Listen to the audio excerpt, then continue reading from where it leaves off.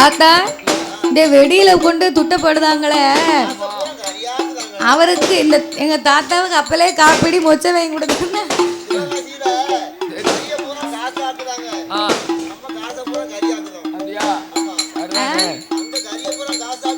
சிவகாசியில கரிய பூரா காசாக்குதாங்க. நம்ம காசை பூரா காத்துல விட்டுருதோம். அதனால இந்த வெடியெல்லாம் இவர் இருக்கும்போது தேவையா?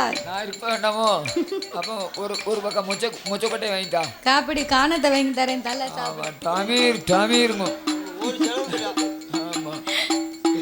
அப்படி மாயாண்டி சுடலைக்கு மாயான கரையிலே ஐயா என்னை